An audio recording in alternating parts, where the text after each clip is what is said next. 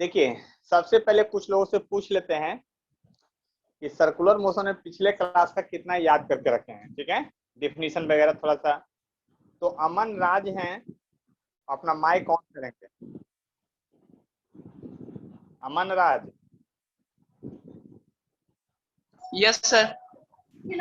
चलिए आप ये बताइए कि सर्कुलर मोशन में टाइम पीरियड और फ्रीक्वेंसी में क्या रिलेशन होता है? सर्कुलर टाइम पीरियड और फ्रीक्वेंसी में क्या रिलेशन होता है? चलिए दूसरा क्वेश्चन एक और पूछते हैं। यस आप बताइए आरपीएम का पूरा नाम क्या होता है? आरपीएम सर रोटेशनल पर मिनट। चलिए तो 1 आरपीएम बराबर रेडियन पर सेकंड में बदलना हो तो क्या करिएगा? सर बोलिए बोलिए जल्दी से। आरपीएम नहीं याद करते हैं, गड़बड़ है। चलिए माइक अपना ऑफ कीजिए अब आप।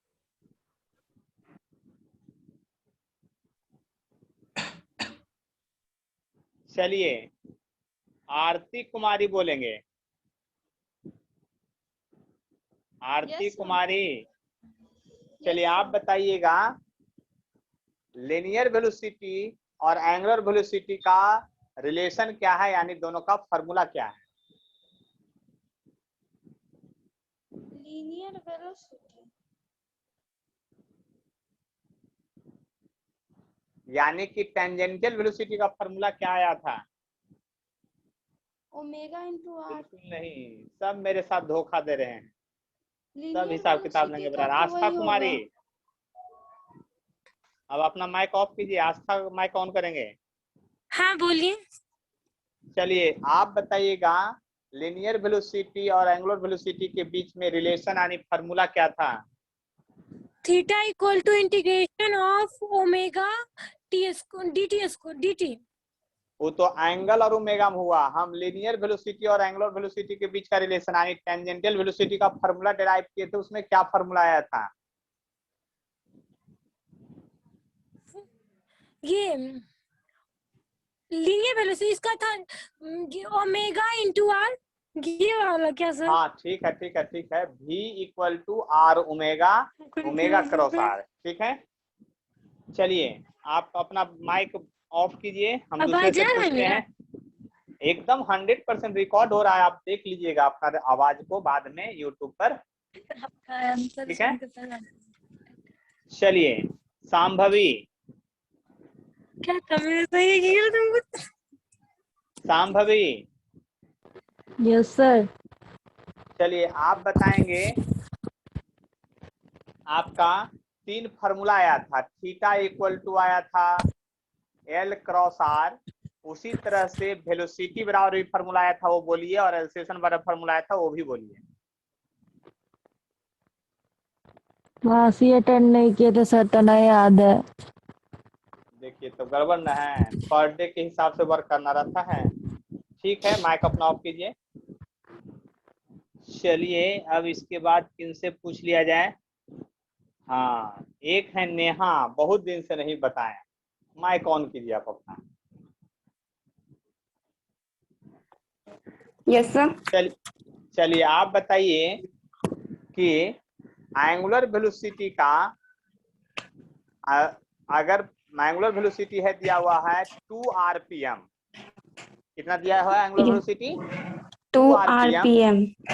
तो उसका जो है आप रेडियन पर सेकंड में बदल के बताइए कितना होगा आंसर डायरेक्ट।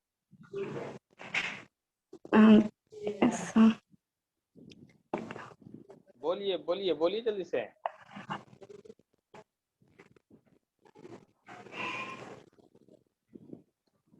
π/15 रेडियन पर। बड़ी मार खाइएगा।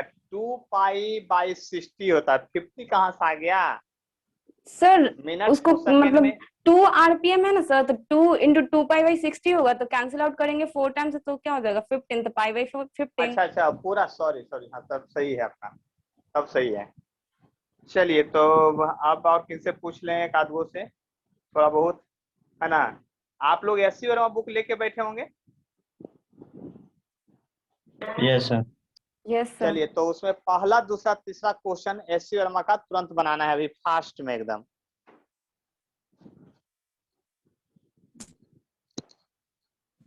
सर क्योंकि बुक का क्वेश्चन तो हम भेजेंगे नहीं, क्योंकि बुक आपके पास होना चाहिए। देखिए, सर्कुलर मोशन का फार्मूला जो हम लोग पढ़े थे, उस फार्मूला को अगर रिवीजन करने की बात करते हैं तो सर्कुलर मोशन में फार्मूला हम लोग 3-4 फार्मूला को देखे थे। उस फार्मूला को देख लीजिए पहले। सर्कुलर मोशन में हम फार्मूला ये देखे थे कि अगर कोई पार्टिकल सर्कुलर मोशन में है, अगर कोई पार्टिकल, ऑब्जेक्ट, स्फीयर, सिस्टम जो भी है सर्कुलर मोशन में है, अगर यूनिफॉर्म सर्कुलर मोशन में है तो आपका सेंटर की ओर एक एल्सेशन लगता है जिसका नाम सेंट्रीपिटल एल्सेशन होता है, और सेंट्रीपिटल एल्सेशन होता है। अगर यूनिफॉर्म में है तो, नॉन यूनिफॉर्म में यदि है तो एक टेंजेंट की ओर भी एल्सेशन लगता है, और इस टेंजेंट वाले एल्सेशन को एटी इक्वल टू होता है डीवी बाई dt फार्मूला होता है, जबकि ये formula V square by R या आर ओमेगा स्क्वायर प्रूफ होके आया था। इस बात को ध्यान दीजिए। सेंटर की ओर एल्सेशन है ना, इसको रेडियल एल्सेशन भी कहते हैं, क्योंकि ये रेडियस के लॉन्ग है, इसलिए इसका नाम रेडियल एल्सेशन भी। दिमाग पर जोर दीजिए, इसको रेडियल एल्सेशन भी कहते हैं। एंगुलर वेलोसिटी ओमेगा है जो रिवोल्यूशन पर सेकंड में भी यूज होता है ना। और आपको 3 फार्मूला एकदम याद होना चाहिए कि थीटा इक्वल टू होता है आर क्रॉस एल होता है ना, और भी बराबर होता है आर क्रॉस ओमेगा। सॉरी, यहाँ पर हो गया गड़बड़, है ना। उल्टा यहाँ पर हो जाएगा आपका, अगर वेक्टर फॉर्म में लिखेंगे, वो लीनियर फॉर्म में लिखा गया था, थीटा इक्वल टू आपका एल क्रॉस आर हो जाएगा, है ना, और भी इक्वल टू हो जाएगा ओमेगा क्रॉस आर हो जाएगा। उल्टा लिखा रहा है इसीलिए तो गड़बड़ हो रहा है बार बार, है ना। एल बराबर होगा आपका क्या, theta into theta into R. Theta into R sir, और ए बराबर जो होगा आपका, आपका अल्फा क्रॉस आर होगा। तो बात समझने की कोशिश कीजिए, यहाँ पर हम क्या कहना चाह रहे हैं, जरा ध्यान से समझिएगा मेरी बात को। हम ये कहना चाह रहे हैं यहाँ पर कि ये जो है आपका टेंजेंटियल आइसोलेशन को भी दिखाता है। टेंजेंटियल आइसोलेशन का एक फार्मूला वो हो गया, और ये रेडियल नहीं है, टेंजेंटियल आइसोलेशन को दिखाएगा, क्योंकि ये टेंजेंटियल वेलोसिटी है। v बराबर आर ओमेगा टेंजेंटियल वेलोसिटी है, इसलिए ये टेंजेंटियल आइसोलेशन होता है। तो टेंजेंटियल आइसोलेशन का 2 फार्मूला, एक dv बाई dt और एक आर अल्फा क्रॉस आर, मतलब 2 फार्मूला हुआ। और दूसरा हुआ कि इसको सेंटीपिटल आइसोलेशन कहते हैं या रेडियल आइसोलेशन कहते हैं। तो सारांश में अगर समझना ही चाहते हैं तो एक बार हम लिख देते हैं कि रेडियल आइसोलेशन जो होता है, रेडियल आइसोलेशन ही आपका क्या कहलाता है, सेंटीपिटल आइसोलेशन कहलाता है, सेंट्रीपिटल आइसोलेशन कहलाता है ना, सेंटीपिटल आइसोलेशन कहलाता है। दोनों एक ही हैं, और करके लिख लीजिए। इसीलिए AC बराबर v स्क्वायर बाई आर या आर ओमेगा स्क्वायर फॉर्मूला आ जाता है। जबकि टेंजेंटियल आइसोलेशन जो होता है, टेंजेंटियल आइसोलेशन जो होता है, आइसोलेशन का 2 फार्मूला होता है, एक AT बराबर होता है dv बाई dt डिफरेंशिएशन से बनता है, और दूसरा AT बराबर होगा आपका अल्फा क्रॉस आर होगा, यानी कि आर अल्फा होगा। देख लिए ध्यान से, ये सब फार्मूला आपके दिलो दिमाग में एकदम छा जाना चाहिए, तभी बात बनेगा आपका। और इसको हम आपको लिखने का मौका नहीं देंगे, सीधा मिटा देते हैं, क्योंकि हमको अब क्वेश्चन बताना है। ठीक है, ये सब क्योंकि पहले क्लास में हम लोग कर चुके हैं, सब चीज सब आपके कॉपी में पहले है। देखिए, डेली नोट्स बनाना पड़ेगा आपको। क्या लगता है, पर डे 10 से 12 घंटा पढ़ना पड़ेगा, और घर पर आपके पास टाइम है, बैठे बैठे कुछ नहीं कर रहे हैं, ना खाना बनाना है ना मम्मी का हेल्प करना है, सिर्फ अपना काम करना है। चलिए, तो देखिए, एक इंटरेस्टिंग क्वेश्चन, 3 इंटरेस्टिंग क्वेश्चन बताते हैं, उसके बाद फिर थ्योरी की बात करेंगे। इंटरेस्टिंग क्वेश्चन है, एकदम महान इंटरेस्टिंग है। आप जो सोच रहे हैं ना, कल्पना कर रहे हैं, वही कल्पना करना शुरुआत कर दीजिए। देखिए यहाँ पर क्वेश्चन है कि find the acceleration of moon, चांद का एक्सेलरेशन निकालना है मून का, समझ सकते हैं, with respect to earth from the following data, आने की फॉलोइंग डाटा, तो चांद का एक्सेलरेशन निकालना है। तो हमको तो इतना ही बात पता है कि अगर ये अर्थ है, अगर ये अर्थ है तो अर्थ के चारों तरफ चांद जो है अपना चक्कर मारते रहता है, ये बात आपको पता होगा। अगर ये अर्थ है तो चांद जो है, ये मून जो है ना, मून जो है अर्थ के चारों तरफ चक्कर मारते रहता है, यानी सर्कुलर मोशन में आ गया। ये बात आपको भी पता है, हमेशा जानते हैं कि अर्थ के चारों तरफ चांद है जो चक्कर मार रहा है। तो चांद का एक्सेलरेशन क्या है ये बताइए, जबकि इसमें फॉलोइंग डाटा दिया हुआ है, distance between earth and moon, earth के सेंटर से मून के सेंटर के बीच का जो डिस्टेंस दिया हुआ है ना, वो डिस्टेंस दिया हुआ है 3.85 इंटू 10 टू पावर 5, 3.85 गुने 10 टू पावर 5, लेकिन मैं 8 लिखूंगा। क्यों लिखूंगा आप खुद समझिए। और कहता है एक चक्कर मारने में जो समय लगे उसको टाइम पीरियड कहते हैं, एक चक्कर मारने में जो समय लगे उसको टाइम पीरियड कहते हैं। वह टाइम पीरियड जो दिया हुआ है, एक चक्कर मारने में जो दिया हुआ है 27.3 दिन दिया हुआ है, तो 27.3 और दिन को सेकंड में बदलना पड़ेगा, पता है ना, 86,400 सेकंड होता है एक दिन में। ये बात आपको याद करना पड़ेगा, इतना सेकंड हो गया। इसमें किन्हीं को कोई कष्ट है तो बोलिए, फास्ट में बोल सकते हैं, मेरे को कोई आपत्ति नहीं है। इतने में अगर किन्हीं को कोई कष्ट है तो बोलिए, नहीं कष्ट है तो हम अब आपसे पूछते हैं, आप लोगों से मतलब पूछते हैं। चलिए यहाँ पर शालिनी बताएंगे, यहाँ पर एक्सेलरेशन का कौन सा फॉर्मूला लगाया जाए, बोलिए जल्दी से। शालिनी, माधुरी आप बताइए, वो नहीं बता रहे हैं, माधुरी आप बताइए।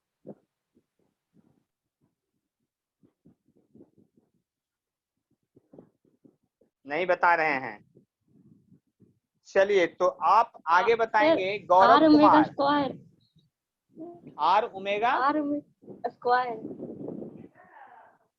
अच्छा, आप एक्सेलरेशन का फॉर्मूला बोल रहे हैं, कौन सा एक्सेलरेशन लगेगा, सेंटीपिटल एक्सेलरेशन है ना। हाँ, तो सेंटीपिटल एक्सेलरेशन AC बराबर क्या होता है, आर ओमेगा स्क्वायर होता है। Very good. आर क्या लीजिएगा,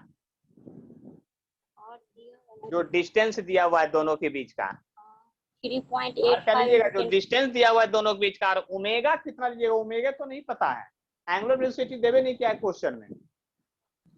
थीटा बाई टी होता है, उसको ओमेगा से वाह वाह, ओमेगा वेरी गुड। निकाल लेंगे थीटा बाई टी होता, हम समझ गए आप लोग की बात, हम भी समझ गए। आप कह रहे हैं कि सर ओमेगा बराबर होता है theta by T, very good. और थीटा एक चक्कर मारने में कितना होता है ये बोलिए, 2 पाई। एक चक्कर मारने में थीटा कितना होता है, 2 पाई सर। 2 पाई। और टाइम कितना लीजिएगा, तो टाइम तो निकाल कर दिखाइए दिए थे, 27.3 गुने 86,400 सेकेंड। ओमेगा निकल गया है, आपको डिस्टेंस यानी रेडियस दिया हुआ है, तो सेंटीपिटल एक्सेलरेशन आपसे निकल जाएगा। अब बोलिए जल्दी से। Yes sir.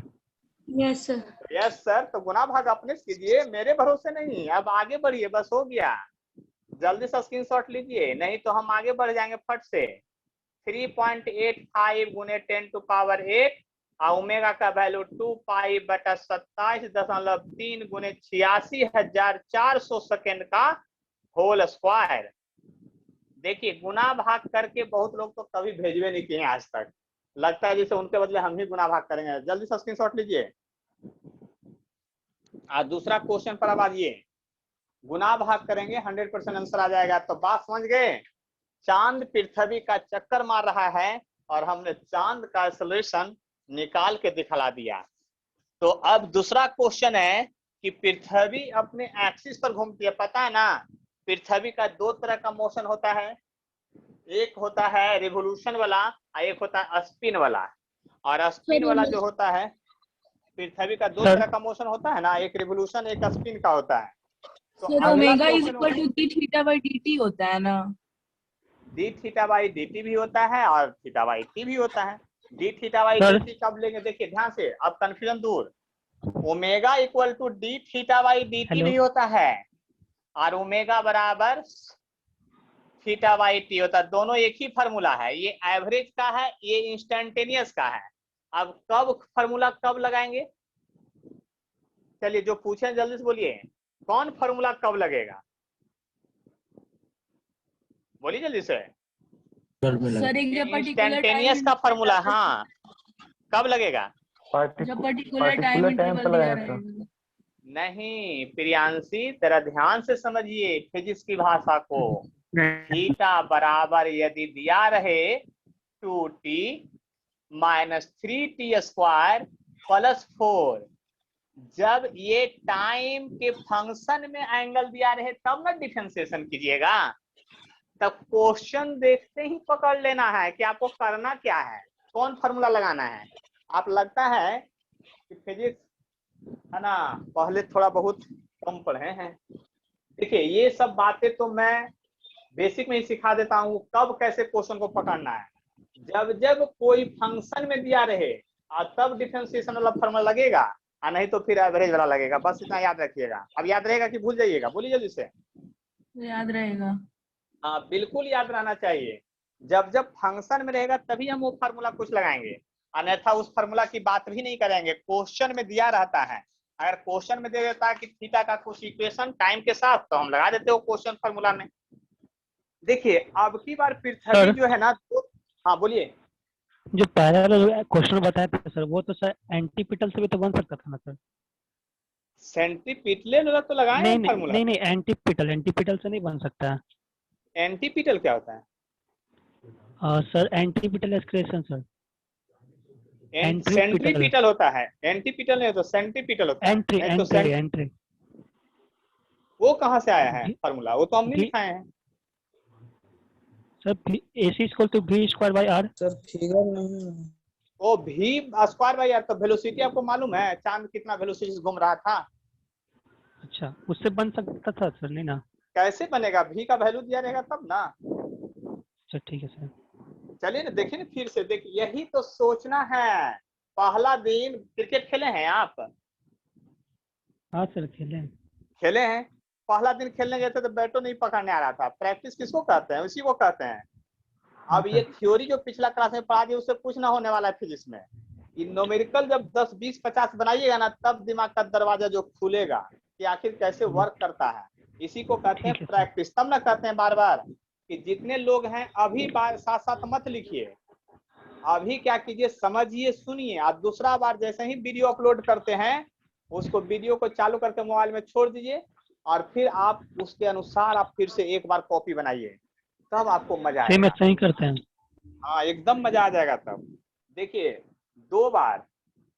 अब दूसरा number question, find acceleration of particle placed on the surface of earth at the equator due to earth rotation. अब पृथ्वी जो है ना ऐसे है, वो तो बात आपको पता है, और पृथ्वी जो है अपने एक्सिस पर ऐसे नाच रहा, ये भी बात पता है। इस लाइन को इक्वेटर कहते हैं, ये भी बात आपको पता है। नहीं, इसी को नहीं इक्वेटर कहते हैं, इक्वेटर। अब कहता है आपका इक्वेटर, तो कहता है आपको यहाँ पर निकालने के लिए find acceleration of the particle placed on the surface of अर्थ।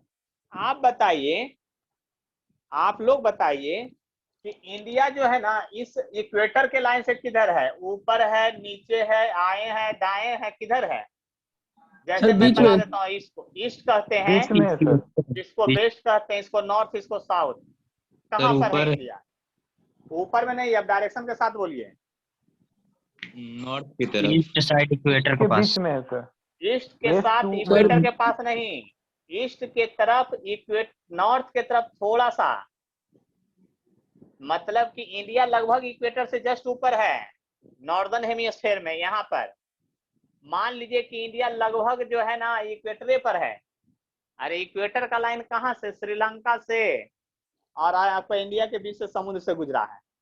और जहां जहां से इक्वेटर गुजरता है ना, ये वाला इक्वेटर, वहां पर हैवी गर्मी पड़ती है, बहुत ज्यादा गर्मी।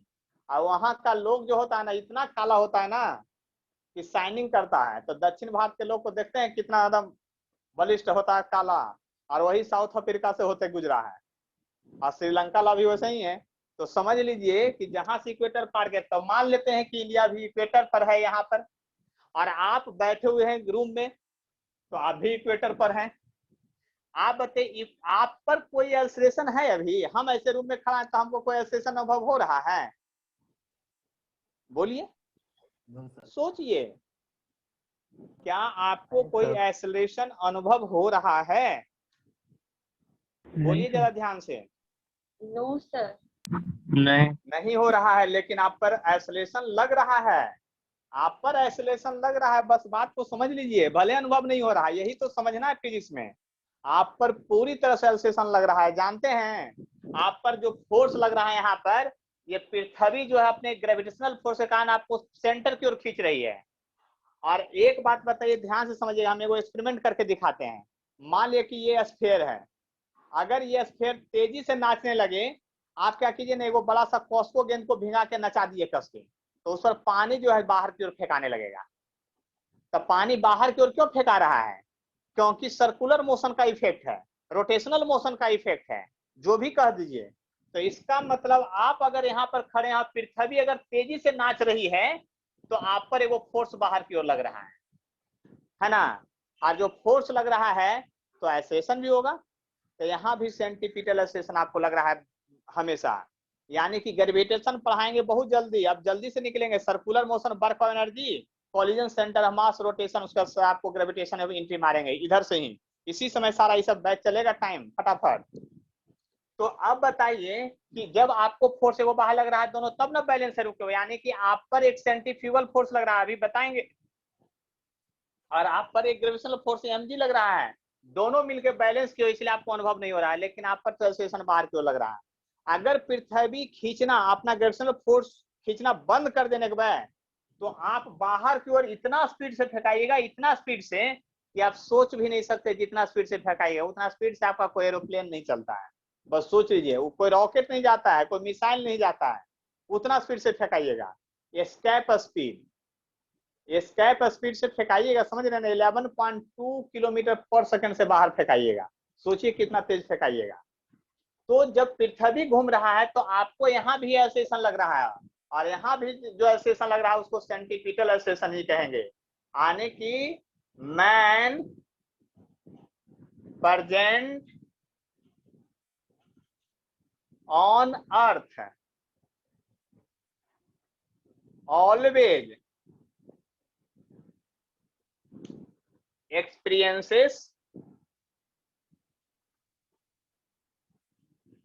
experiences क्या?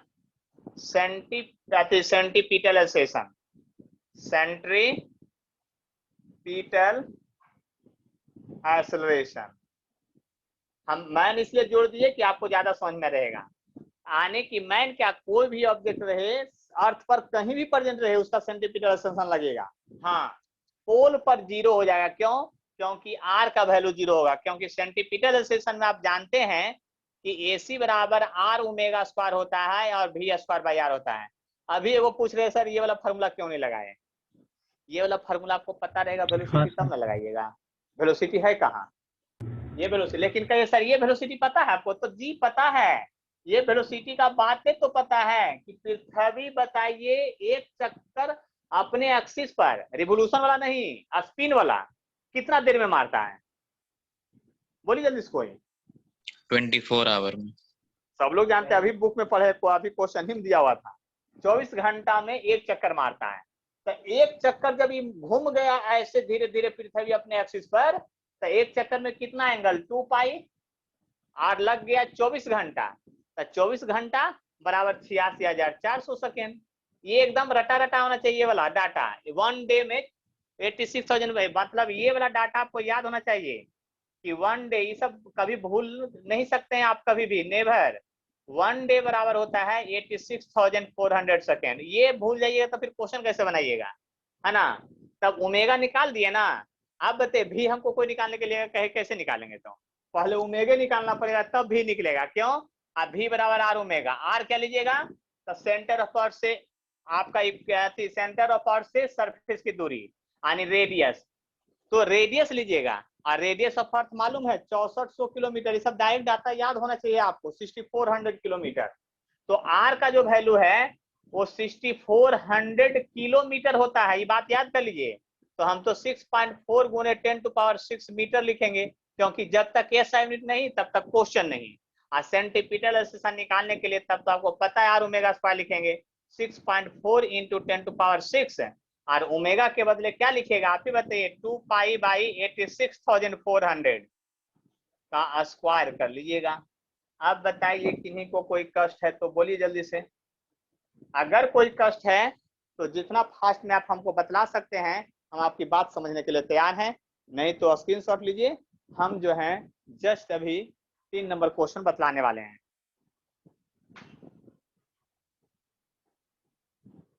3 नंबर क्वेश्चन तुरंत बतलाने वाले हैं, बस इतना ही याद रखिए।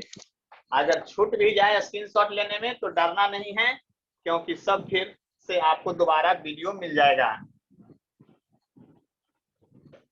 केवल आप लोग को यही करना है, जल्दी जल्दी 12th में 11th में टारगेट में फाउंडेशन में 10 20 50 100 200 बच्चा जोड़ना है जल्दी जल्दी। जो पास किया 10th सबको जल्दी जल्दी जोड़वाइए,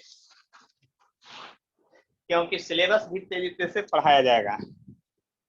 चलिए तीसरा नंबर जो है क्वेश्चन, ये तो सबसे इंटरेस्टिंग है।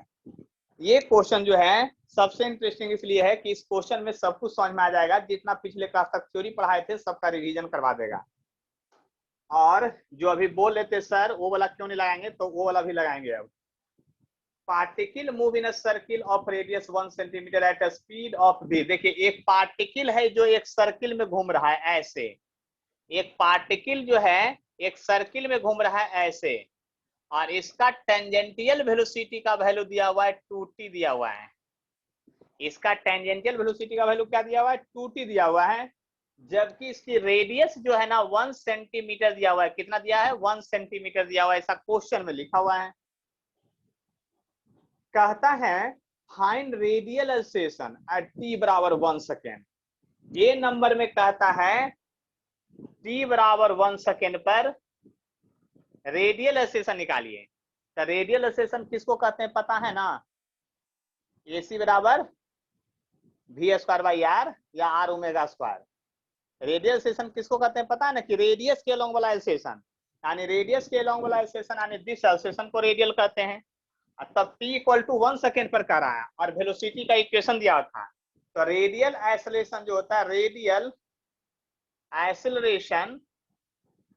रेडियल एक्सेलेरेशन जो होता है आपका a बराबर क्या होता है, याद कर लीजिए।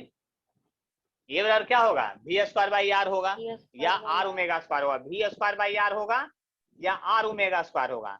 अब बताइए ओमेगा का बात तो दिया नहीं है क्वेश्चन में, टाइम पीरियड तो दिया नहीं है क्वेश्चन में, तो ये वाला फार्मूला लगा पाइएगा। क्वेश्चन देखने के बाद समझा जाता है कि कौन सा फार्मूला लगाएंगे। आप लोग पहली बार पढ़ रहे हैं इसलिए बैटिंग करने में बड़ा कष्ट है, और हमको तो सब याद है इसलिए कोई कष्ट नहीं होता है। यानी कहने का मतलब ये हुआ कि आपको क्वेश्चन के बाद पता चलता है कौन कौन। जैसे कि ओमेगा उसमें लगा रहे थे क्योंकि बार बार टाइम पीरियड दे रहा था, रिवोल्यूशन दे रहा था, इसमें कुछ नहीं दिया, कहा टेंजेंटियल वेलोसिटी इतना है दे दिया, तो ये दे दिया तो ये फार्मूला नहीं लगाएंगे। यानी 1 सेकेंड पर पहले टेंजेंटियल वेलोसिटी निकालेंगे। तो एट 1 सेकेंड पर टेंजेंटियल वेलोसिटी जो होगा 2 गुने t है, तो 2 गुने 1 यानी 2 सेंटीमीटर पर सेकेंड आ गया। अब AC बराबर लिख देंगे a radial acceleration v square by r, ये फार्मूला लगेगा। तो 2 का स्क्वायर अब बटा r1 यानी 4 सेंटीमीटर पर सेकेंड स्क्वायर आ गया। देख लीजिए फार्मूला, क्यों फार्मूला लगा रहे हैं उसका भी रीजन बता रहे हैं साथ साथ आपको। अब बी पार्ट में आइए, बी पार्ट में भी एट t बराबर 1 सेकेंड ही कहता है निकालने के लिए, 1 सेकेंड पर ही निकालने के लिए कहता है। क्या निकालने के लिए कहता है बी पार्ट में, तो बी पार्ट में कहता है find tangential acceleration. Very good. अब देखिए प्रियांशी आप ही पूछे थे सर वो फार्मूला क्यों नहीं लगाएंगे, तो अब टेंजेंटियल एक्सेलरेशन का दो फार्मूला, एक dv बाई dt और एक टेंजेंटियल एक्सेलरेशन का फार्मूला होता है r alpha, alpha angular acceleration. बताइए इस क्वेश्चन में एंगुलर एक्सेलरेशन तो दिया नहीं है, तो जब एंगुलर एक्सेलरेशन नहीं दिया हुआ है तो ये फार्मूला हम नहीं लगाएंगे, ये फार्मूला नहीं लगाएंगे, हम लगाएंगे ये फार्मूला, क्योंकि वेलोसिटी का वैल्यू 2t दिया है। अब डिफरेंशिएशन वाला फार्मूला यहाँ लगेगा, क्यों? क्योंकि आपको फंक्शन में टाइम दिया है, टाइम के फंक्शन में दिया है, यहाँ टाइम है और वेलोसिटी टाइम के फंक्शन में दिया है, इसलिए 2t बाई dt। अब आपका इसको डिफरेंशिएशन 2 होगा, ये बात आपको पता है, इसीलिए वैसा इसलिए दे रहा है। मतलब कि क्वेश्चन पढ़ने के बाद, इसलिए कहते हैं पहले सारा थ्योरी एकदम दिमाग में होना चाहिए, अगर वो याद है ना और सब कुछ कंसेप्ट, तो क्वेश्चन पढ़ने के बाद लगभग आपको पता चल जाएगा कि क्या करना है जो। तो ये हो गया सेशन आपका, यहाँ पर ये हो गया टेंजेंटियल वाला। सी नंबर में क्या कहता है निकालने के लिए, देखिए सी नंबर में कहता है find magnitude of acceleration at t equal to 1, find magnitude of acceleration at t equal to 1, यानी एट ए टाइम, फिर से t बराबर 1 सेकंड पर मैग्नीट्यूड ऑफ एक्सेलरेशन कहता निकालने के लिए। गजब बात है। तो मैग्नीट्यूड ऑफ एक्सेलरेशन पूरे ये बोलवे नहीं किया कि कौन निकालिए, आपको ये कहवे नहीं किया कि सेंटीमीटर का निकालिए कि सेंट्रीफ्यूगल का निकालिए कि टेंजेंशियल निकालिए, क्या निकालिए, कुछ बोलवे नहीं किया, खाली काम मैग्नीट्यूड ऑफ एक्सेलरेशन। तो हमको पता है, हमको पता है, लेकिन आप लोग को पता है कि नहीं ये हम जानना चाहते हैं। चलिए हैप्पी राज बोलेंगे, यह देख करके क्वेश्चन आपको कैसा पता चल रहा है कि यूनिफॉर्म सर्कुलर मोशन है कि नॉन यूनिफॉर्म? बोलिए जल्दी से। प्रियांशी,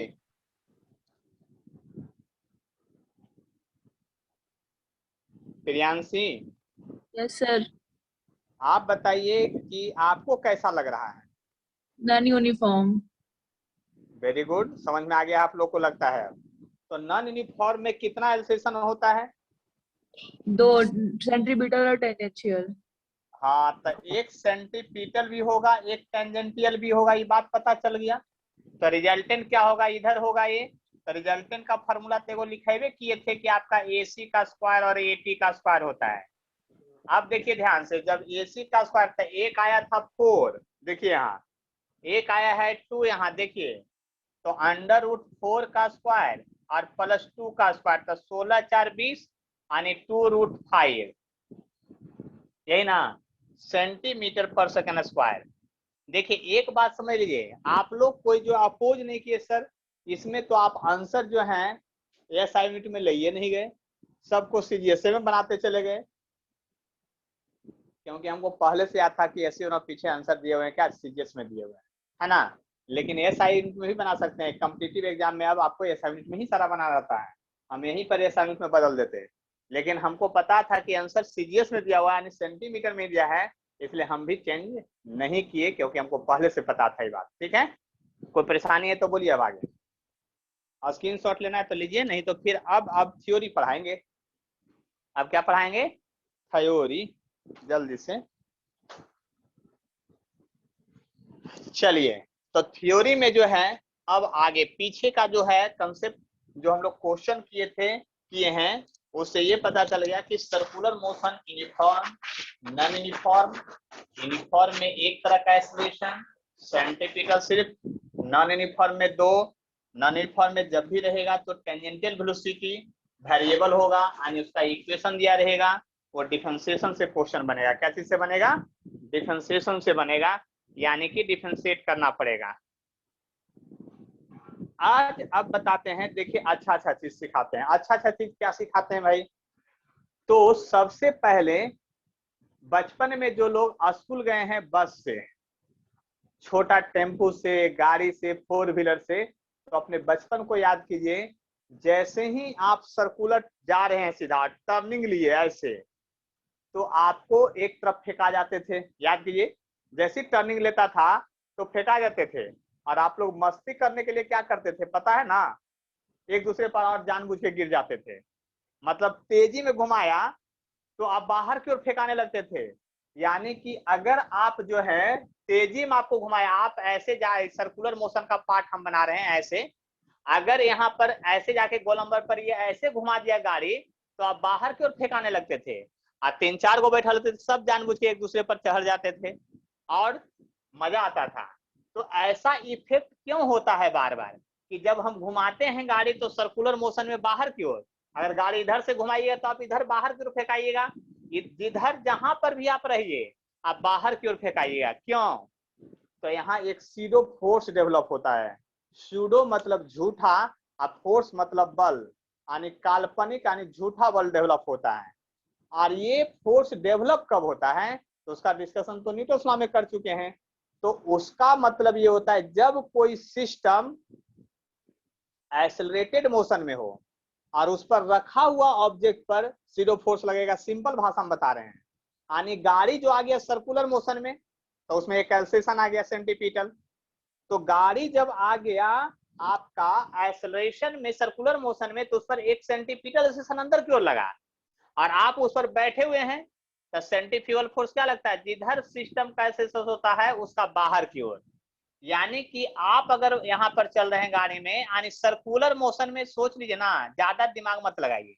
सर्कुलर मोशन में एक बात एकदम गांठ बांध लीजिए, याद कर लीजिए, हर हाल में समझ लीजिए कि एक जो है आपको हर हाल में एक फोर्स बाहर की ओर लगेगा mv²/r, और सिचुएशन के हिसाब से mr⍵²। मतलब सिचुएशन के हिसाब से क्या, आपको अगर लीनियर वेलोसिटी दिया रहेगा तो ये वाला लगाएंगे, एंगुलर दिया रहेगा तो ये लगाएंगे, और इसी को कहते हैं सेंट्रीफ्यूगल फोर्स कहते हैं। सर्कुलर मोशन रोटेशनल मोशन आया नहीं कि ये फोर्स तो लगना ही है, एकदम हर हाल में इसकी प्रॉपर्टीज है, ये लगेगा ही हर हाल में। तो सेंट्रीफ्यूगल फोर्स जो होगा, सेंट्रीफ्यूगल फोर्स जो है वो सीडो फोर्स है, और वह Fc बराबर हो जाएगा आपको mv²/r, या Fc बराबर जो हो जाएगा आपको mr⍵²। अगर एंगुलर के टर्म में क्वेश्चन में डाटा दिया रहे ओमेगा के टर्म में तब ये फार्मूला, लीनियर के टर्म में दिया रहे तो ये फार्मूला। अब हम इसका इफेक्ट देखते हैं। हम ये जानना चाहते हैं कि हॉरिजॉन्टल रोड पर जैसे आप 4 व्हीलर बाइक साइकिल जो भी है गोलंबर के चारों तरफ घुमाते होंगे, कभी ना कभी तो घुमेवे किए होंगे ना, तो जब घुमाए होंगे तो आपको अनुभव कैसा हुआ होगा, उस अनुभव की बात करते हैं। यानी कि यहाँ पर अब heading by heading formula derive करते हैं। एन ऑब्जेक्ट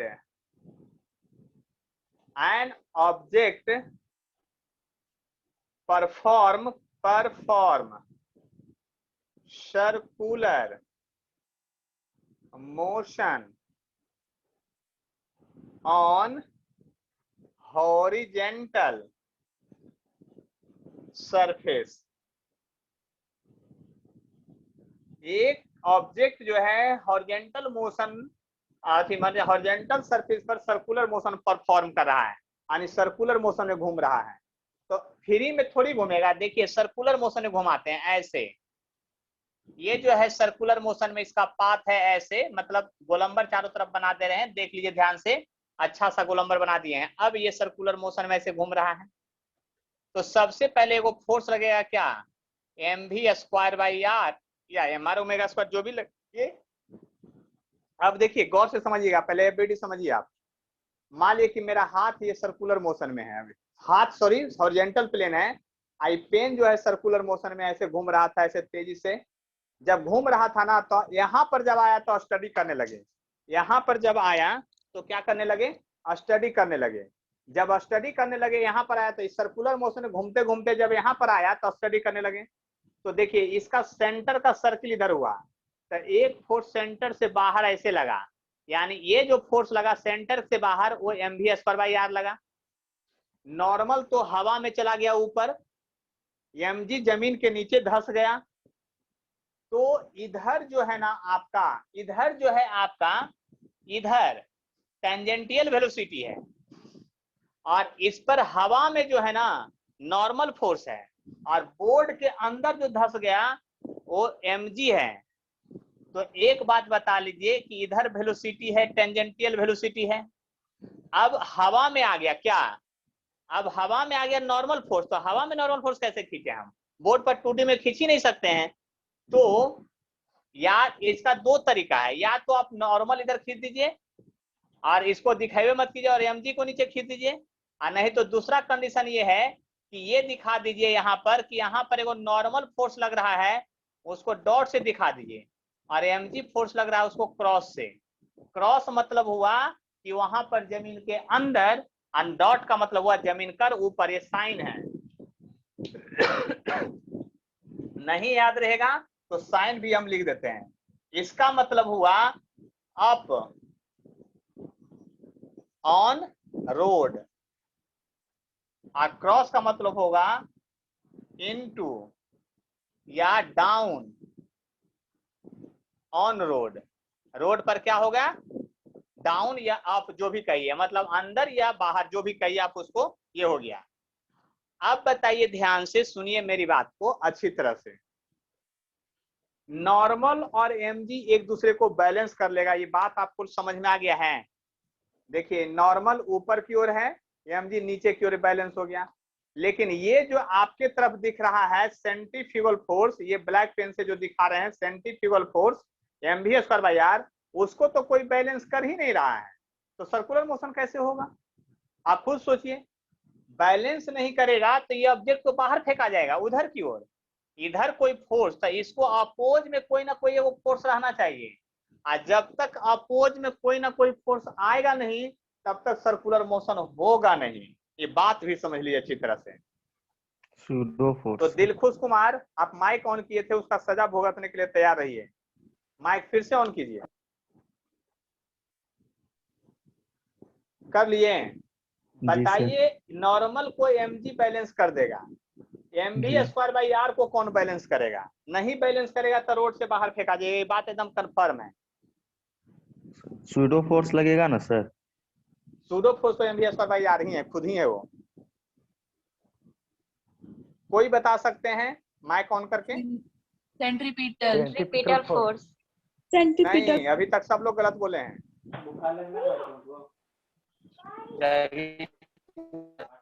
बोलिए जल्दी से, फास्ट में, कोई भी बोल सकते हैं। हाँ, फ्रिक्शन। फ्रिक्शन फ्रिक्शन यानी इधर फ्रिक्शन फोर्स आएगा बचाने के लिए, क्योंकि आप बाहर की ओर स्लिप करने लगेगा तब फ्रिक्शन आएगा बचाने के लिए। आया बात समझ में? तब तो एगो बात रहस्य का खुल गया है, रहस्य एकदम पूरी तरह से। क्या आप सर्कुलर मोशन स्मूथ सरफेस पर हो ही नहीं सकता है, बात समझ लीजिए। तब तो रहस्य का बात ये खुल गया कि रोड अगर रफ नहीं रहे तो सर्कुलर मोशन हो ही नहीं सकता है। यानी याद कीजिए, गर्मी के दिनों में रोड पर गोलंबर के चारों तरफ तेजी से बाइक घुमा लेते होंगे, स्कूटी नहीं फेंकाते हैं, लेकिन वही 10 दिन लगातार पानी पड़ते रह जाए और मिट्टी और कीचड़ लगा रहे तो थोड़ा सा भी टर्निंग में घुमाने में डर लगता है कहीं फिसल के फेंका नहीं जाए।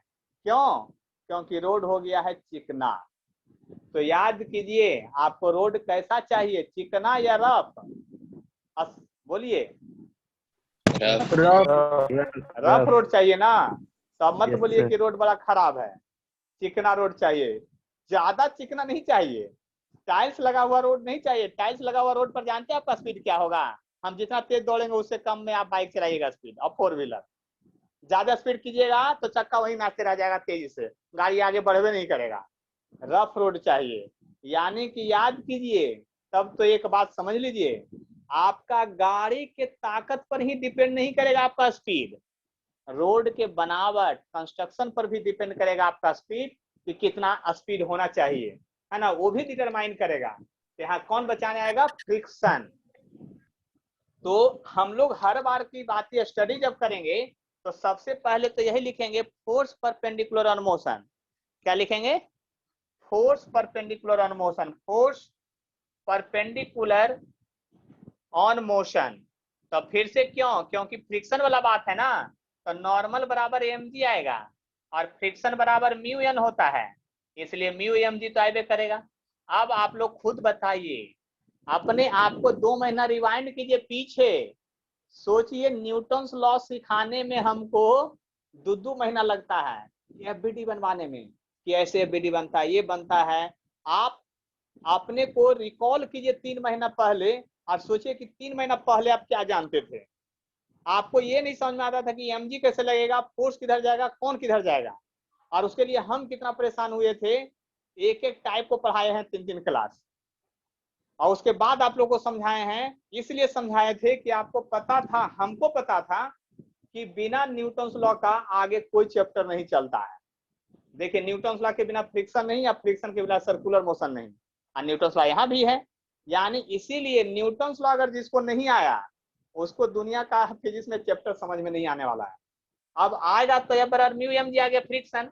अब एक बात और समझिए ध्यान से, अच्छी तरह से सोचिएगा, जिधर मोशन है ना सर्कुलर मोशन में, उधर कोई फोर्स नहीं है। ये सब बात लिखवाया नहीं जाता है, बार बार वीडियो देखिएगा, रिकॉल कीजिएगा। जिधर मोशन है टेंजेंट की ओर, उधर कोई फोर्स नहीं है। फोर्स तो सेंटर की ओर है फ्रिक्शन, और सेंटर से अवे है सेंट्रीफ्यूगल, और हवा में नॉर्मल, और जमीन के अंदर mg। जिधर मोशन उधर फोर्स नहीं है, जिधर फोर्स उधर मोशन नहीं, यानी ऑलवेज इक्विलिब्रियम वाला कंडीशन है, यानी इसीलिए इसको कह रहे हैं स्टैटिक। तो याद कीजिए, अगर कोई कहे कि सर्कुलर मोशन में कैसा फ्रिक्शन लगता है, तो 100% आंख मूंद लीजिए आज के बाद, और आंख मूंद के बताइएगा कि स्टैटिक फ्रिक्शन के सिवा कुछ नहीं लगेगा। फ्रिक्शन जब भी लगेगा तो स्टैटिक, रेस्ट वाला, क्योंकि यही आपको उधर मूव करने नहीं देगा। नहीं तो जैसे ही घटा ना, आप गए कहाँ, हॉस्पिटल, कोई उपाय नहीं है। एक बार फिसल गए ना तो सीधा कहाँ, हॉस्पिटल, है ना। और आजकल हॉस्पिटल में भर्ती भी नहीं कोई ले रहा है। इसलिए थोड़ा गाड़ी उड़ी सर्कुलर मोशन में थोड़ा अच्छा से घुमाइएगा। तो बात समझ लीजिए कि स्टैटिक फ्रिक्शन ही लगेगा ऑलवेज सर्कुलर मोशन में। तो ये स्टैटिक फ्रिक्शन हो गया म्यू एम जी। और दूसरी बात, एकदम रहस्य का बात बता रहे हैं, किसी को मत बताइएगा। और रहस्य का बात ये है कि सर्कुलर मोशन में कभी भी जब भी क्वेश्चन बनाइए ना, तो अपने आप को कहाँ खड़ा पाइए, कहाँ से स्टडी कीजिएगा, सेंटर ऑफ सर्किल से। सेंटर ऑफ सर्किल के सिवा दूसरे जगह से स्टडी मत कीजिएगा, ओनली सेंटर ऑफ सर्किल पर। यानी आपको क्वेश्चन बनाना है यहाँ पर खड़ा होकर के। याद कर लीजिएगा, ये मेरा कंसेप्ट है, हम इसी तरह से बनाते हैं, इसी तरह से बनाए। कोई एक कंसेप्ट प्रोसेस में लाइए, क्योंकि आप लोग अभी पहली बार पढ़ रहे हैं। हाँ, बहुत बार पढ़ लीजिएगा तो जहां मन तहां से बनाइएगा, वो बाद की बात है। इंजीनियरिंग कॉलेज चले जाइए, जहां चले जाइए, है ना, पीएचडी कर लीजिएगा, हमसे ज्यादा नॉलेज होगा तब हमसे आके डिस्कशन फिर कीजिएगा। लेकिन आज से जब तक आपका IIT नहीं हो, तब तक यही बात मान लीजिएगा कि सेंटर ऑफ सर्कुलर पाथ से आपको क्वेश्चन बनाना है। ठीक है, सेंटर मतलब सेंटर से बनाना है। तो अब यहाँ से देखिए ध्यान से, इधर में तो कोई मोशन है नहीं, रेस्ट में है। तो याद कीजिए, हम 2 मंत्र सिखाते थे न्यूटन्स लॉ में। पहला मंत्र क्या था, बोल देते हैं, लिखवाएंगे नहीं। पहला मंत्र था, मोशन के तरफ वाले फोर्स को जोड़ते हैं, अपोजिट वाला को घटाते हैं, परपेंडिकुलर वाला को छोड़ देते हैं, बीच वाले को तोड़ देते हैं, इक्वल टू ma। याद है ना। उसके बाद किसको याद कर रहे थे, मा ma को। और दूसरा फॉर्मूला क्या लिखाए थे, सेकेंड स्टेप वाला।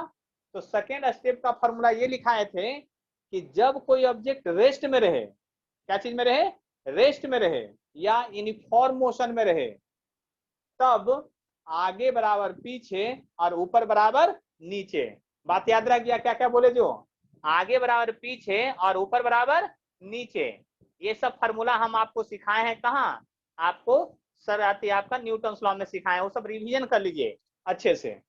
ठीक है, तो यहाँ पर अब बताइए, इधर तो कोई मोशन है नहीं, तो आगे बराबर पीछे, तो ऑल्सो क्या, ऑल्सो फ्रिक्शन बराबर, ऑल्सो जो होगा फ्रिक्शन बराबर होगा mv²/r। देखिए उधर मेरे पास जगह घट गया, इसलिए इक्वेशन सेकंड कर दिए हैं। और उसके बाद इधर लिख रहे हैं from equation first and second से चलिएगा। तो फर्स्ट एंड सेकंड से लिखिएगा mu mg equal to mv²/r।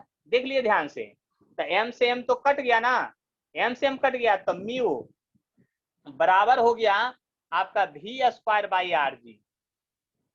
Mu हर हाल में इक्वल होना चाहिए, इससे ज्यादा होना चाहिए। अब फार्मूला आ गया, कहिए सर फार्मूला प्रूफ किए इक्वल में, यहाँ कर दिए लास्ट में आप घोटाला बड़का, ग्रेटर भी कर दिए। हम फार्मूला प्रूफ किए यहाँ से इक्वल साइन में, आप कह रहे हैं कि नहीं म्यू का वैल्यू हर हाल में V square by are G से ज्यादा होना चाहिए। यानी कि आपको यदि सर्कुलर मोशन करवाना है तो रोड का कोफिशिएंट ऑफ फ्रिक्शन हर हाल में इससे ज्यादा होना चाहिए। इसके जस्ट बराबर अगर म्यू के बराबर आएगा तो सर्कुलर मोशन होगा, लेकिन उस समय आपको अनुभव होगा कि लगता है अब हम फिसलने वाले हैं, यानी हम फेंकाने वाले हैं, ऐसा अनुभव हो जाएगा आपको। तो उस अनुभव से बचना है तो म्यू का वैल्यू, तो अगर म्यू का वैल्यू कम हो तो अपना आप स्पीड घटा लीजिए, काम खत्म है। आप अपना स्पीड घटा लीजिए। कहने का मतलब ये हुआ कि रोड डिटरमाइन कर रहा है कि आप कितना तेजी से सर्कुलर पाथ में घूमिएगा। रोड डिटरमाइन कर रहा है, आपका बाइक और आपका गाड़ी और आपका साइकिल नहीं है ना। छोटा सा गोलंबर, उसमें तेजी से साइकिल घुमा लीजिए, देखिए साइकिल किधर और आप किधर। आप बहुत लोग तो गिरे हैं उस केस में, है ना, याद होगा साइकिल से स्कूटी से फेंकाए होंगे, जरूर फेंकाए होंगे। तो बात समझ में आ गया। इतना में अगर किन्हीं को कोई कष्ट है तो हमको बोलिए, नहीं तो फिर हम आगे फटाफट चलेंगे।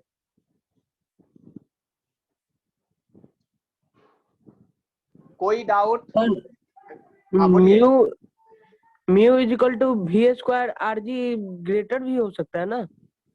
ग्रेटर ही होगा, तभी बचे रहिएगा सर्कुलर मोशन में, नहीं तो फेंका जाइएगा फट से।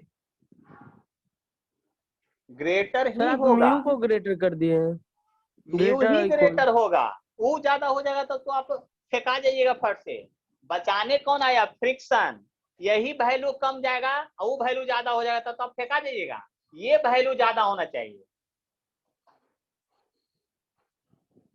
ठीक है। फ्रिक्शन डिटरमाइन करता है आपका मोशन, आप डिटरमाइन नहीं करते हैं। इसीलिए म्यू का value V square by R जिससे इक्वल होना चाहिए या उससे ज्यादा होना चाहिए। और दूसरी बात तो हम ये समझ गए आज कि सर्कुलर मोशन जो है सिर्फ और सिर्फ रफ सरफेस पर होगा, स्मूथ सरफेस पर हो ही नहीं सकता है।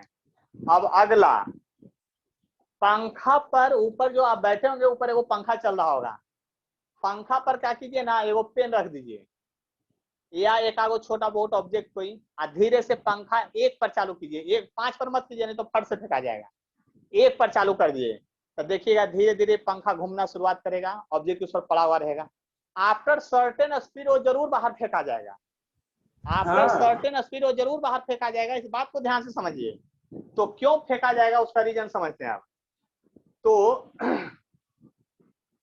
An object present on horizontal rotating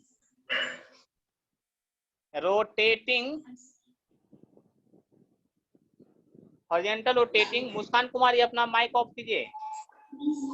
an object present on horizontal rotating system. अब हॉरिजॉन्टल रोटेटिंग सिस्टम बहुत तरह का हो सकता है, हम कोई एक डेरिवेशन करेंगे, आपको बहुत तरह का सिस्टम हो सकता है। इस बात को आप समझ लीजिए अच्छी तरह से, ठीक है। आपका बहुत तरह का हो सकता है, हम कोई एक डिराइव करेंगे। ये कौन कौन सिस्टम हो सकता है सर? तो देखिए हम बताते हैं। ये पंखा है ना, पंखा से वो डायना निकल गया ऐसे तिरछा, और ये डायना जो पंखा, हम 3-4 गो डायना दिखा देंगे, इस पर ऐसे ये घूम रहा है एंगुलर वेलोसिटी ओमेगा से, ऐसा हो सकता है। या ऐसा भी हो सकता है ये डिस्क है, और डिस्क जो है अपने एक्सिस पर नाच रहा है, डिस्क है, और इस पर एक ऑब्जेक्ट रखा हुआ है, उस पर भी यानी डिस्क हॉरिजॉन्टल में नाच रहा है तेजी से, उस पर कोई ऑब्जेक्ट रख दीजिएगा तो भी फेंकाएगा बाहर। पंखा में भी वही काम होगा, पंखा भी एक्चुअली घूमेगा तो डिस्क वाला जैसा काम करेगा। तो आप यहाँ पर स्टडी कीजिए, यहाँ पर बात बराबर है, यानी हम बता रहे हैं कहीं पर, लेकिन एग्जाम में तो लैंग्वेज बदल के देगा। जैसे नीट क्वेश्चन पूछा था, एक डिस्क नाच रहा है तेजी से, उस पर एक फ्लाई यानी मक्खी आके बैठ गई, वो फेंका नहीं रही है, तो म्यू का वैल्यू क्या होगा? तो जो डिराइव करेंगे वही होगा, जो डिराइव करेंगे वही होगा। तो डिराइव करते हैं फॉर्मूला। आप पंखा पर एगो ऑब्जेक्ट रख दिए, हॉरिजॉन्टल है पंखा, अब जैसे ही ये नाचने लगा, अब देखिए फार्मूला ओमेगा के टर्म में दिया है, देख लीजिए एंगुलर वेलोसिटी के टर्म में दिया है, रोटेटिंग सिस्टम में वो एंगुलर दिया था, और रोड पर चल रहे थे तो लीनियर वेलोसिटी दे दिया था। तो आपको एगो फार्मूला ऐसे लगेगा M R omega square. R क्या होगा भाई? तो आर आपका जो होगा इस पार्टिकल से जो एक्सिस ऑफ रोटेशन उसके बीच का डिस्टेंस होगा। आ जाइए, यानी रेडियस इसको कहते हैं। क्या कहते हैं? रेडियस कहते हैं। इस बात को समझ लीजिएगा, यानी रेडियस होगा। ये पॉइंट को समझ लीजिएगा अच्छी तरह से, आप एकदम कंसेप्ट को क्लियर कीजिए। अब आपको एफबीडी बनाइए, तो नॉर्मल ऊपर लगेगा, एमजी नीचे लगेगा। अब फिर इसको बचाने के लिए अगर फ्रिक्शन नहीं आया ना तो मजा नहीं आएगा। बस सोच लीजिए, फ्रिक्शन तो आना ही है। एकदम नहीं आएगा तो अब तुरंत फेंका जाएगा। फ्रिक्शन ही बचाएगा जब तक घूम रहा है, और हम साथ साथ घूम रहा है तब तक स्टडी कर रहे हैं। यहाँ भी वही केस होगा, डिस्क में भी वही होगा। आपका एम आर ओमेगा स्क्वायर ऐसे लगाइएगा, नॉर्मल ऐसे लगाइएगा, एमजी नीचे लगाइएगा, और फ्रिक्शन फिर बचाने के लिए आपको आएगा। मतलब हॉरिजॉन्टल रोटेटिंग सिस्टम पर कोई ऑब्जेक्ट रखा हुआ है तो हर एक में एक ही केस होगा, इसकी फुल गारंटी है। और हर एक में जब एक ही केस होगा तो याद कीजिए अब क्या होगा। अब सबसे पहले यही फिर स्टडी करेंगे, मतलब कि n बराबर mg होगा पहला इक्वेशन, यानी फ्रिक्शन फोर्स जो होगा, फ्रिक्शनल फोर्स, फ्रिक्शन फोर्स बराबर आपको क्या है पता है? F बराबर म्यू n पता है, इसलिए फ्रिक्शन बराबर होगा म्यू mg होगा। और आप याद कीजिए अब क्या लिखिएगा, force along, force along, force along, इसको radius, force along radius of circular motion लिख सकते हैं। फोर्स एलोंग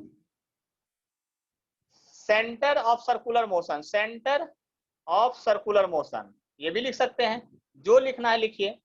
और सेंटर ऑफ सर्कुलर मोशन के अलावा दो गो फोर्स है, एक सेंटर की तरफ फ्रिक्शन और बाहर की ओर एम आर ओमेगा स्क्वायर। और आपको बताए ना कि इधर फेंकाया नहीं है, अभी साथ साथ घुमा रहा है। इस पर ये पंखा पर रख के अभी घूम रहा है, फेंकाया नहीं है।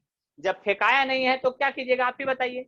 जब फेंकाया नहीं है तो आगे बराबर पीछे, यानी friction M R omega square. अब फ्रिक्शन का फॉर्मूला म्यू एम जी आया था, फिर से एम आर ओमेगा स्क्वायर हो गया। अब एम से एम कट गया, म्यू का वैल्यू फिर से आ गया, इक्वल और ग्रेटर देन होगा फिर से क्या, आर ओमेगा स्क्वायर बाई जी। और आपको बात पता है, यही फार्मूला अभी पहले भी आया था, यही फार्मूला अभी फिर आया था, पहले भी आया था। जब गोलंबर के चारों तरफ घूम रहे थे तब भी यही फार्मूला आया था। सोचिए क्यों? क्योंकि v बराबर आर ओमेगा होता है। v बराबर क्या होता है आपका? आर ओमेगा होता है। इस बात को समझ लीजिए अच्छी तरह से। v इक्वल टू क्या होता है आपका? आर ओमेगा होता है। तब v equal to are omega, तो omega equal to v by r. Omega equal to क्या लिखिएगा? v by r. अब बताइए v square by r square लिखिए, एक आर कट जाएगा तब v स्क्वायर बाई जी नहीं बच जाएगा। तो याद कीजिए, सर्कुलर मोशन में दो इफेक्ट एक ही होता है, समझ समझ का फेर है। दो इफेक्ट एक ही होता है। कहिए कैसे? आप गोलंबर के चारों तरफ अपना स्कूटी घुमा रहे थे और तब क्या आया था? म्यू का value v square by R G आया था। जब गोलंबर के तरफ अपना स्कूटी घुमा रहे थे तो आपको फार्मूला आ गया था ऐसा, v square by are g आ गया था, ऐसा फार्मूला आ गया था। कब? गोलंबर के चारों तरफ जब स्कूटी घुमा रहे थे तब। अब हम हैं शक्तिमान, समझते हैं ना, सुपरमैन शक्तिमान है। आपको कहे कि रुको, गोलंबर पर तुम अपना स्कूटी रोक लो और वैसे ही बैठे रहो स्टैंड पर लगा करके, और हम क्या किए? गोलंबरे पकड़ के घुमाने लगे तेजी से, तब पर भी वही फेनोमेना है। देख लीजिए, तब पर भी क्या है? वही फेनोमेना है। आप गोलंबर के चलते अपना स्कूटी घुमाइए, गोलंबर रेस्ट में था, स्कूटी घुमा रहे थे, तब म्यू का वैल्यू ये आया। और हम क्या किए? आपको गोलंबर पर खड़ा कर दिए स्कूटी के साथ, और हम गोलंबरे को तेजी से नचाने लगे उठा करके। आप शक्तिमान है तो कुछ भी कर सकते हैं, आप समझते होंगे बात को। तो जब कुछ भी कर सकते हैं तो इसको जब नचा देंगे तब क्या होगा? तब वही होगा। यानी दो कंडीशन, दो फेनोमेना यहाँ साथ साथ चलता है, इस बात की गारंटी आपको दिला रहे हैं। इस बात को समझने की कोशिश कीजिए। आप क्या कहना चाह रहे हैं आपसे? जो इतना तक में अगर किन्हीं को कोई कष्ट है, कोई प्रॉब्लम है तो हमको जरूर बतलाइए, ठीक है? इतना तक में अगर किन्हीं को कोई कष्ट है, कोई प्रॉब्लम है तो जरूर बतलाइए, ठीक है? देखिए 12, 14, 15, 18, 20, 22 घंटा तक पढ़िए। हो गया, आगे बढ़े हैं? स्क्रीनशॉट तो ले लिए होंगे आप। चलिए तब अगला डेरिवेशन की बात करते हैं।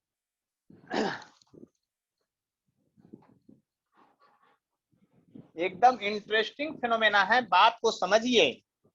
यानी कि सर्कुलर मोशन का फिनोमेना आपका डेली घर में हो रहा है। आपका पंखा नाच रहा है, पंखा पर आज 2-4 गो पेन रख दीजिएगा, है ना, और रख करके छोड़ दिएगा और एक पर पंखा करके रख दीजिएगा, है ना। मम्मी आएगी, पंखा चालू करेगी, पट पट पट पट ऊपर से कुछ गिरने लगेगा, उसका डंडा खो जाएगा, आप कहाँ हैं वो भी पता चल जाएगा। ठीक है, तो आगे बढ़े। अब हम ये निकालना चाहते हैं, बचपन का खेल याद कीजिए। एगो पॉलीथीन होता था, उस पॉलीथीन में एगो ढेला रख देते थे, यानी पत्थर, कोई ऑब्जेक्ट, और उस पॉलीथीन में बांध लेते थे क्या, धागा, और तेजी से ऐसे नचाते रहते थे। सब लोग नचाए होंगे, है ना, कभी ऐसे कभी ऐसे। तो रस्सी में, धागा में टेंशन कितना डेवलप हुआ वो आज आपको बताना है, वही हम निकालने जा रहे हैं। बात समझ लीजिए अच्छी तरह से, आए बात समझ में कि नहीं। तो कहने का मतलब, an object revolve in horizontal circular motion, horizontal circular motion with the help of tied, मतलब बंधा हुआ स्ट्रिंग, यानी स्ट्रिंग के हेल्प से आप उसको नचा रहे हैं। कैसे हेल्प से, स्ट्रिंग के हेल्प से। तो देखिए ध्यान से सुनिएगा, यहाँ पर दो तरह से सर्कुलर मोशन का फिगर बनाया जाता है। हम ऐसे भी सर्किल बना सकते हैं, ऐसा सर्किल अगर फिगर में कहीं बन जाए, देखिए अच्छा खासा सर्किल बनाया है एकदम गोल गोल। तो ये सर्किल जानते हैं किसका है, ये सर्किल है वर्टिकल सर्कुलर मोशन का फिगर संबोधित करता है। मतलब वर्टिकल सर्कुलर मोशन में वर्टिकल लाइन में जब ऐसे घुमाइएगा उसके बारे में बतलाता है, लेकिन जब हॉरिजेंटल में ऐसे घुमाइएगा ना तो उसके लिए ये फिगर नहीं, तब उसके लिए ये फिगर चलता है। याद कीजिए, ऐसा अंडाकार वाला, ये आपके दिमाग में सेट करना पड़ेगा, फिगर देख के समझना पड़ेगा कि अगर इतना गोल गोल है तो ये वर्टिकल, ये हॉरिजेंटल सर्किल को डिनोट करता है। इस बात को ध्यान से समझ के रखिएगा, क्योंकि तब तो इसको हमको दिखाना नहीं है, हमको वो वाला दिखाना है, तो वो वाला दिखाते हैं। अब बताइए, हॉरिजेंटल सर्कुलर मोशन में जब कोई घूम रहा है ऐसे, तो इसका मतलब यहाँ से जब धागा बांधे हुए रस्सी, तो रस्सी यहाँ पर है, यहाँ पर ऑब्जेक्ट है, तो ऑब्जेक्ट पर एक लगेगा mv²/r। अगर लीनियर वेलोसिटी दिया रहेगा तो mv²/r, और एंगुलर दिया रहेगा तो mr²। लेकिन mv²/r के बदले यहाँ l लिखेंगे, क्यों, यहाँ l जो होगा लेंथ ऑफ स्ट्रिंग होगा, लेंथ ऑफ स्ट्रिंग होगा, और यही रेडियस का काम करेगा, यही रेडियस का काम करेगा। mg तो नीचे की ओर लगेगा हर हाल में, वो तो कोई उपाय नहीं है। हम बार बार कहते हैं mg बेहाया है। जब भी कोई क्वेश्चन बनाइए mg को नहीं दिखाइए तो समझिए कि आपका FBDA गलत है। mg को कब नहीं दिखाया जा सकता है, कौन बताएंगे। इसका डिस्कशन मैं सर्कुलर आते हैं आपका न्यूटन लॉ में कर चुके हैं। mg कब कब दिखाया नहीं जाता है, कोई बताइए। जब ऑब्जेक्ट सर्कुलर पाथ पर मोशन में, जब ऑब्जेक्ट हवा में रहेगा, जब ऑब्जेक्ट हवा में नहीं, जब ऑब्जेक्ट स्पेस में रहेगा, पृथ्वी की कक्षा से 42,000 किलोमीटर से ज्यादा दूर, समझ रहे ना, स्पेस में, अंतरिक्ष में रहेगा, तब mg नहीं दिखाया जाता है। बाकी हर एक केस में mg दिखाएंगे, एक ही कंडीशन में नहीं दिखाएंगे, क्योंकि वहां पर ग्रेविटेशनल फोर्स लगता ही नहीं है। इस बात को याद रखिए, हवा में नहीं, हवा में तो लगभग करेगा, हवा में नचा रहे हैं, देखते हैं mg दिखा दिए हैं, हवा में नचा रहे हैं ना, है ना, इसमें नॉर्मल नहीं लगेगा, इसलिए तो नहीं दिखाए। लेकिन अब इस फोर्स को कौन बैलेंस करेगा, हवा में टेंशन, इस फोर्स को कौन बैलेंस करेगा, तब टेंशन, रस्सी में जो टेंशन डेवलप हो गया, और तब तो आप कह सकते हैं टेंशन इन स्ट्रिंग जो होगा फार्मूला, याद कीजिए, हम यही फार्मूला पूछेंगे। टेंशन इन स्ट्रिंग जो डेवलप होगा, स्ट्रिंग में जो टेंशन डेवलप होगा वह होगा mv²/l के बराबर। जितना बड़ा धागा लेकर के नचाइएगा उतना कम टेंशन डेवलप होगा रस्सी में, और जितना तेजी से नचाइएगा उतना ज्यादा टेंशन डेवलप होगा। तो बचपन में जोश में एकदम तेज से नचाते थे, पॉलीथीन फट करके ढेला फेंका जाता था। याद कीजिए वो बात, है ना। नहीं तो आज भी एक्सपेरिमेंट कर सकते हैं, छत पर जाइएगा एक्सपेरिमेंट करके देखिएगा, जरूर आपको एक्सपेरिमेंट हो जाएगा। तो ये है आपका tension in string when object revolve in horizontal circle, ये फार्मूला हो गया। स्क्रीनशॉट जल्दी से लीजिए, नहीं तो वीडियो अपलोड होगा तो वहां से फिर देख देख के लिखिएगा। देखिए अब इसके बाद हम लोग लिखेंगे फिर इसी तरह का अगला वर्टिकल सर्कुलर मोशन में जाएंगे। देखिए इस बैच में थोड़ा ज्यादा टाइम तक पढ़ाई होगा क्योंकि मन से पढ़ाना है इसमें, ठीक है। हर हाल में समझ लीजिए ध्यान से, 1.5 घंटा तो क्लास चलेगा, 2.5 मीटिंग। देखिए अब जरा गौर कीजिएगा, अब हम लोग क्या करने जा रहे हैं। An object revolve in vertical circle, vertical circle with the help of a string। String के हेल्प से वर्टिकल सर्किल में हम लोग क्या कर रहे हैं, एक ऑब्जेक्ट को रिवॉल्व करवाने की कोशिश कर रहे हैं। तो जब रिवॉल्व करवाने की कोशिश करेंगे तो याद कीजिए वर्टिकल सर्किल में ऐसे नाचेगा। अब जब ऐसे नाचेगा तो यहाँ से वर्टिकल के साथ हम एंगल ले रहे हैं, एंगल हम यहाँ से ले रहे हैं, सभी बुक में यहीं से देता है। तो हम वर्टिकल से एंगल ले रहे हैं, ये वर्टिकल लाइन है, ये क्या है, वर्टिकल लाइन है, वर्टिकल लाइन है ये, ठीक है। और जब ऑब्जेक्ट यहाँ पर था ना तब हम स्टडी कर रहे हैं, ऑब्जेक्ट जब यहाँ पर है तब स्टडी कर रहे हैं। तो याद कीजिए आपको स्टडी कहाँ से करना है, सेंटर ऑफ सर्किल से बैठ करके। तो सेंट्रीफ्यूगल जो फोर्स है ना, जो सेंटर से अवे जो लगता है, सेंट्रीफ्यूगल फोर्स जो है ना वो हर हाल में सेंटर से अवे लगता है। तो सेंटर से अवे इधर लगेगा, बस याद कर लीजिए mv²/r या mv²। आप लोग का दिमाग जो है ना फुल हो जाएगा, फुल ऑफ माइंड। देखिए बात समझिएगा अच्छी तरह से, हम क्या कहना चाह रहे थे। हम ये कहना चाह रहे थे कि सर्कुलर मोशन का सबसे बड़ा जो आपका ट्रेजेडी है वो ये है कि सेंट्रीफ्यूगल फोर्स हमेशा सेंटर से अवे लगेगा, बाहर की ओर। अगर यहाँ पर है तो इधर लगेगा, यहाँ पर है तो इधर लगेगा, यहाँ पर है तो इधर लगेगा, सेंटर से अवे सेंट्रीफ्यूगल फोर्स लगेगा।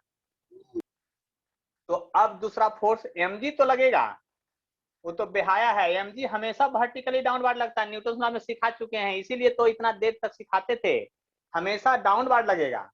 और अगर ये एंगल थीटा हुआ तो डॉटेड लाइन थोड़ा सा बना देते हैं।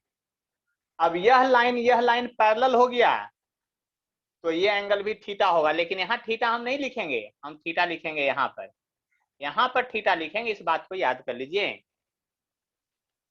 अब रस्सी में टेंशन तो डेवलप होगा, रस्सी में तो टेंशन डेवलप होगा। एक बात यार याद कर लीजिए, फिर से बोलते हैं, याद कर लीजिए एकदम हर हाल में। सेंटर से जो लाइन निकलेगा ना, सेंटर से जो लाइन निकलेगा ये वाला लाइन, उसको कभी छेड़छाड़ मत कीजिएगा। क्या बोले, सेंटर से जो लाइन निकलेगा उसके अलोंग जो फोर्स रहेगा उसको कभी छेड़छाड़ मत कीजिएगा सर्कुलर मोशन में और रोटेशन में, क्योंकि उसी को हम लोग एक्स एक्सिस मान लेते हैं। और उसके परपेंडिकुलर वाले को भी छेड़छाड़ नहीं करना, जो बीच में रहेगा। जैसे कि कंपोनेंट ब्रेक करते हैं ना, तो इस बात को याद कर लीजिए, इसी लाइन को एक्स एक्सिस मानेंगे और इसका जो टेंजेंट होगा ना, ये टेंजेंट जो होगा उसको बाई एक्सिस मानते हैं। तो बीच में फोर्स पड़ गया आपकी बार mg, बीच में कौन फोर्स पड़ गया आपकी बार, mg। तो mg ब्रेक होगा आपकी बार, जिधर से एंगल बा सट गया उधर कौन सा कंपोनेंट, बोलिए जल्दी से, जिधर से एंगल सट गया उधर कौन सा कंपोनेंट, कंपोनेंट। हाँ तो mg cos थीटा। जिधर से एंगल नहीं सटा ये टेंजेंट की ओर, उधर जाएगा mg sin थीटा। और आपको स्टडी किधर करना है, सेंटर के लाइन के लॉन्ग, क्योंकि टेंशन निकालना है। आप हैं यहाँ पर खड़े, इधर तो मोशन है नहीं, टेंजेंट की ओर मोशन है, आप हैं यहाँ पर खड़े, इसका मतलब इधर की ओर एक फोर्स टेंशन, इधर फोर्स दो गो mg cos थीटा और mv²/r। यानी इस टेंशन को जो बैलेंस कर रहा है ना, दो को मिलकर बैलेंस कर रहा है। एक mv²/r यानी l लेंथ ऑफ स्ट्रिंग और प्लस mg cos थीटा। ये this is the general formula of tension string when revolve in vertical circle. ये जनरल फार्मूला हो गया। कौन फार्मूला हुआ ये हो गया जनरल फार्मूला ऑफ टेंशन। ये भी लिख देते हैं। कौन हो गया ये? जनरल फॉर्मूला ऑफ टेंशन हो गया। जनरल फॉर्मूला ऑफ टेंशन हो गया जब वर्टिकल में रोटेट कर रहा है। तो अब इसमें केस लेते हैं कि अगर यह ऑब्जेक्ट रिवॉल्व करते करते एकदम लोअर मोस्ट पोजीशन पर रहे, यानी कि केस फर्स्ट में एट लोअर मोस्ट पॉइंट पर चले जाइए। तो आप बताइए जब लोअर मोस्ट पॉइंट पर ये ऑब्जेक्ट आ जाएगा, ये ऑब्जेक्ट अगर यहां आ जाएगा, तो ये ऑब्जेक्ट अगर यहां आएगा तो एंगल का क्या हाल होगा? बोलिए जल्दी से कोई। एंगल कितना होगा? 0। Very good, 0 degree. Very good, 0। तब थीटा हो जाएगा 0 डिग्री। 0 हो गया तो टेंशन का फॉर्मूला होगा mv² यानी L plus mg cos 0 degree. और cos 0 का वैल्यू कितना होता है? 1। तो 1 होता है। तो टेंशन का फॉर्मूला हो गया mv² प्लस mg। आए बात समझ में? यानी लोअर मोस्ट पोजीशन पर टेंशन का फॉर्मूला आपका ये होगा। इस बात को समझ लीजिए। केस सेकंड में आते हैं। एट हॉरिजेंटल पोजीशन पर चला जाए, यानी इस पोजीशन पर चला जाए, तब क्या होगा? एट हॉरिजेंटल पोजीशन में रहे तब क्या होगा? थीटा। बोलिए जल्दी से। 90 डिग्री। और cos 90 क्या होता है? 0। cos 90 क्या होता है? 0। तो टेंशन का फॉर्मूला बच गया mv² यानी mv²L। यानी कि हॉरिजेंटल पोजीशन पर टेंशन का फॉर्मूला हो गया इतना। अब केस थर्ड में आते हैं। केस थर्ड में यानी एट कहां पर? अपर मोस्ट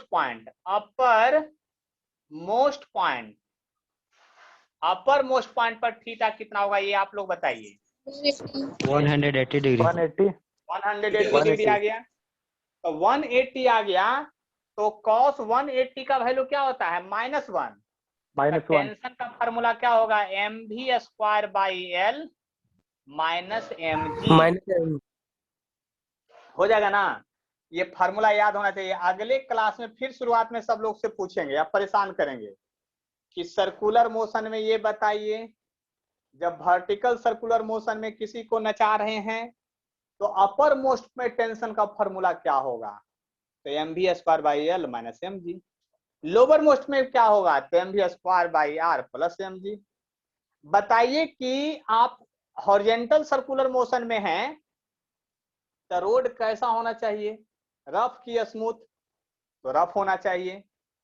जैसे ही बोलिएगा रफ होना चाहिए तब फिर अगला क्वेश्चन दागेंगे तो म्यू का वैल्यू क्या होना चाहिए? तो आप क्या बोलिएगा? v²/rg के इक्वल या उससे ग्रेटर होना चाहिए। फिर पूछेंगे पंखा पर कोई ऑब्जेक्ट रख दिए और ऑब्जेक्ट जो है पंखा के साथे साथे नाच रहा है, तो बताइए पंखा और ऑब्जेक्ट के बीच में म्यू का वैल्यू क्या होना चाहिए? तो r⍵² होना चाहिए।